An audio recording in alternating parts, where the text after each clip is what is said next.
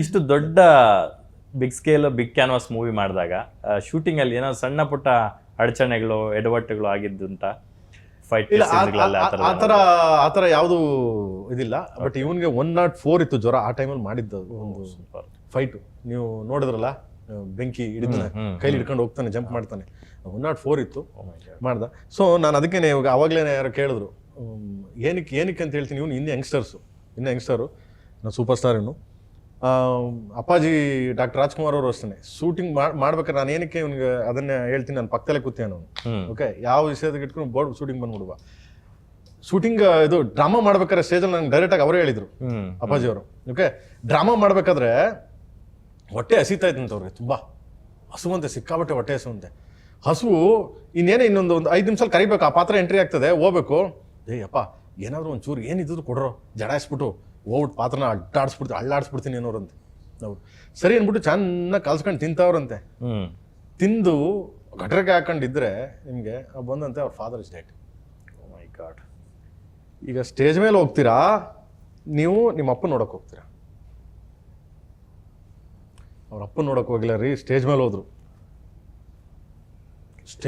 ಅವರು. ಸ್ಟೇಜ್ ಮೇಲೆ ಆಡ್ತಾ ಲಾಸ್ಟಲ್ಲಿ ಅಂದರೆ ನಾನು ಕಲಾವಿದ, ನನ್ನ ನಂಬ್ಕೊಂಡು ಅಷ್ಟು ಜನ ನಾನು ನೋಡೋಕೆ ಬಂದಿದ್ದಾರೆ. ಸೊ ಅಷ್ಟನ್ನು ಫುಲ್ಫಿಲ್ ಮಾಡಿ ಅವ್ರನ್ನ ರಂಜಿಸಿ ಆಮೇಲೆ ಹೋದ್ರಂತೆ. ಅಥವಾ ಸೇಮ್ ಅಂಬರೀಷಣ.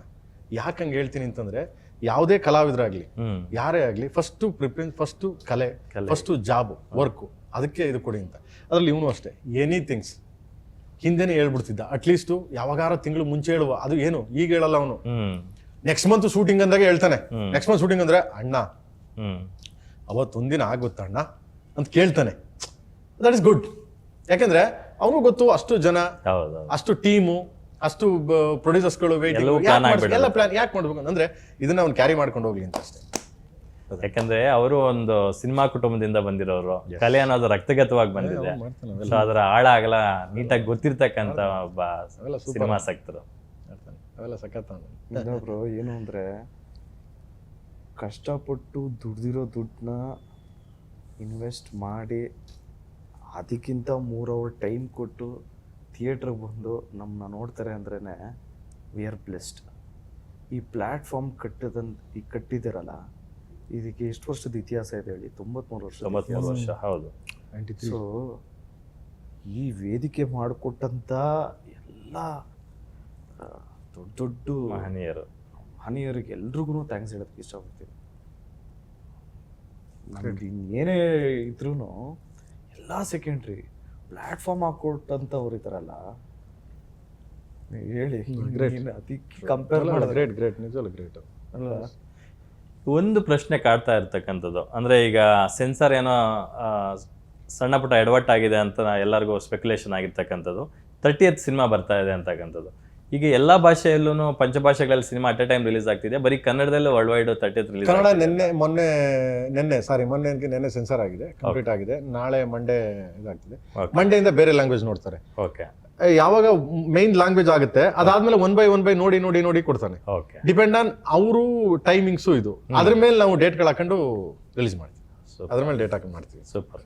ಈ ಟ್ರೈಲರ್ ಸಡನ್ ಆಗಿ ಯೂಟ್ಯೂಬ್ ಚಾನಲ್ ಇಂದ ಡಿಲೀಟ್ ಆಗುತ್ತೆ, ರೀವರ್ಷನ್ ಅಪ್ಲೋಡ್ ಆಗುತ್ತೆ. ನಾನು ಅಂದ್ಕೊಂಡೆ ಬಹುಶಃ ನಾನು ಕೀನಾಗಿ ಅಬ್ಸರ್ವ್ ಮಾಡ್ದಂಗೆ ಸಂಜಯ್ ದತ್ ಅವರು ಒಂದು ಕೈಯನ್ನು ಕತ್ತರಿಸಿ ಹಿಂಗೆ ಬಾಯಲ್ಲಿ ಇಟ್ಕೊಂಡು ಹಿಂಗೆ ಬಿಸಾಕ್ತಾರೆ. ಆ ಶಾರ್ಟ್ ಒಂದು ಚೇಂಜ್ ಮಾಡಿರ್ಬೋದು ಅಂತ ನಾನು ಅಂದ್ಕೊಂಡಿದ್ದೆ. ಅಫ್ಕೋರ್ಸ್ ಅದನ್ನ ಡಿಲೀಟ್ ಮಾಡಿದ್ದೀರಾ. ಇನ್ನೂ ಒಂದಷ್ಟು ಸಣ್ಣ ಪುಟ್ಟ ಚೇಂಜಸ್ ಮಾಡಿದ್ದೀರಾ.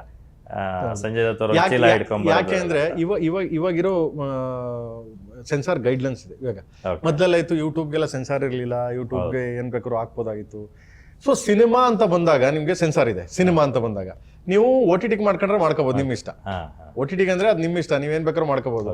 ಯೂಟ್ಯೂಬ್ಗೆ ಪಿಕ್ಚರ್ ರಿಲೀಸ್ ಮಾಡ್ಬೇಕು, ನೀವೇನ್ ಬೇಕಾದ್ರೂ ಮಾಡ್ಕೋಬಹುದು. ಥಿಯೇಟರ್ಗೆ ನೀವು ತರಬೇಕು ಅಂದಾಗ ಅದಕ್ಕೆ ಟ್ರೈಲರ್ಗೂ ಒಂದು ಗೈಡ್ಲೈನ್ಸ್ ಕೊಟ್ಟಿರ್ತಾರೆ. ಸೊ ಅದೇನಾಗೋಯ್ತು, ನಮ್ಗೆ ಇದು ಹರಿವಾಗಿರ್ಲಿಲ್ಲ, ಅದನ್ನ ಹಾಕಿದ್ವಿ. ದೆನ್ ಅದಾದ್ಮೇಲೆ ಅವ್ನು ಕೇಳ್ದ, ಇಲ್ಲ ನೀವು ಗೈಡ್ಲೈನ್ಸ್ ಬಿಟ್ಟು ಮಾಡಿದೀರಾ ಅಂತ. ನಾವು ಹೇಳ್ದೆ okay sorry anythings. Then okay immediate ಮಾಡ್ದೆ ಈ guidelines but only 3 hours 4 hours ಕೊಟ್ಟರು ಪಾಪ. ಅದಕ್ಕೂ ಏನು ತೊಂದರೆ ಕೊಡ್ಲಿಲ್ಲ ಅವರು. ಎಸ್ ಐ ಕ್ಯಾನ್ ಅಂಡರ್ಸ್ಟ್ಯಾಂಡ್, ನಿಮ್ಗೆ ಅದು ಗೊತ್ತಾಗ್ಲಿ ಇಲ್ಲದೆ ಇರ್ಬೋದು. ಬಟ್ ಎನಿವೇ ಇಮಿಡಿಯೇಟ್ ಅದನ್ನ ಇದನ್ನ ಮಾಡಿ ಅಂತ 6 hours ಅಲ್ಲಿ ಹಂಗೆ ಇದಾಗೋಯ್ತು ಅದು. ನಥಿಂಗ್ ಆ ಥರ ಏನು ಇದಿಲ್ಲ. ಅದು ಕೆಲವು ಗೈಡ್ಲೈನ್ಸ್ಗಳು ಇರ್ತಾವೆ ಮಗನೆ. ಆ ಗೌರ್ಮೆಂಟ್ ಅದೇ ಗೈಡ್ಲೈನ್ಸ್ಗಳು ಇರ್ತವೆ. ಸೊ ಸೆನ್ಸಾರ್ ಅಂದಮೇಲೆ ಅದೆಲ್ಲ ನಾವು ಪಾಲನೆ ಮಾಡಲೇಬೇಕಾಗತ್ತೆ. ಓಕೆ, ಈ ಜಾತಿ ಆಮೇಲೆ ಆ್ಯಂಡ್ ಕೆಲವು ಅಬ್ಯೂಸ್ ವರ್ಡ್ಸ್ಗಳು ಆ್ಯಂಡ್ ದೆನ್ ಹೆಣ್ಮಕ್ಳನ್ನ ಹೆಂಗೆ ತೋರಿಸೋದು ಆ್ಯಂಡ್ ದೆನ್ ಕೆಲವೆಲ್ಲ ಅವ್ರವ್ರದ್ದೇ ಅದೊಂದು ಇರ್ತದೆ. ಪ್ರಾಣಿ ಪಕ್ಷಿಗಳ ಬಳಕೆ. ಪ್ರಾಣಿ ಪಕ್ಷಿಗಳ ಬಳಕೆ ಹಂಗನ್ಬಿಟ್ಟು ಎಲ್ಲಾನು ಹಿಡಿಯಲ್ಲ, ಕ್ರಿಯೇಟಿವಿಟಿಗೆ ಎಲ್ಲಾನು ಇದು ಮಾಡಲ್ಲ ಅವರು. Okay. ಕೆಲವು ಯಾರಿಗೂ ತೊಂದರೆ ಆಗಬಾರ್ದು, ಸಮಾಜಕ್ಕೆ ಯಾವ್ದೊಂದು ಕೆಟ್ಟ ಇದಿರಬಾರ್ದು ಅನ್ನೋ ಒಂದು ದೃಷ್ಟಿಯಿಂದ ಹೇಳ್ತಾರೆ. ಓಕೆ. ಅದು ತಪ್ಪೇನಿಲ್ಲ, ಅವ್ರ ಜಾಬ್ ಅವ್ರು ಮಾಡ್ಯಾರ, ನಮ್ಮ ಜಾಬ್ ಕೆಲವು ನಾವು ಪದಗಳು ಮ್ಯೂಟ್ ಮಾಡಿದ್ರೆ ಕೆಲವು ಪದಗಳನ್ನ ಡಿಲೀಟ್ ಮಾಡಿದ್ರೆ ಮಾಡಿದ್ದೀವಿ. ಓಕೆ, ಅದು ಸಿನಿಮಾದಲ್ಲೂ ಸೇಮ್ ಕಂಟಿನ್ಯೂ ಆಗುತ್ತೆ ಅದು. ಆಬ್ವಿಯಸ್ಲಿ ಓಕೆ, ಖಂಡಿತ ಟ್ರೈಲರಲ್ಲೇ ಮಾಡಿದ್ದೀವಿ ಅಂದ್ರೆ ಸಿನಿಮಾದಲ್ಲಿ OTT-ಗೆ OTT ಇರುತ್ತೆ. OTT OTT-ಗೆ ಅದಕ್ಕೆ ಸಂಬಂಧನೇ ಇಲ್ಲ ನಿಮ್ಗೆ. ಓಕೆ OTT-ಗೂ ಇದಕ್ಕೂ ಸಂಬಂಧನೇ ಬರಲ್ಲ. ಓಕೆ, OTT ಇದ್ದೇ ಇರುತ್ತೆ, ಸೂಪರ್. OTT ಇದ್ದೇ ಇರುತ್ತೆ ನಿಮಗೆ.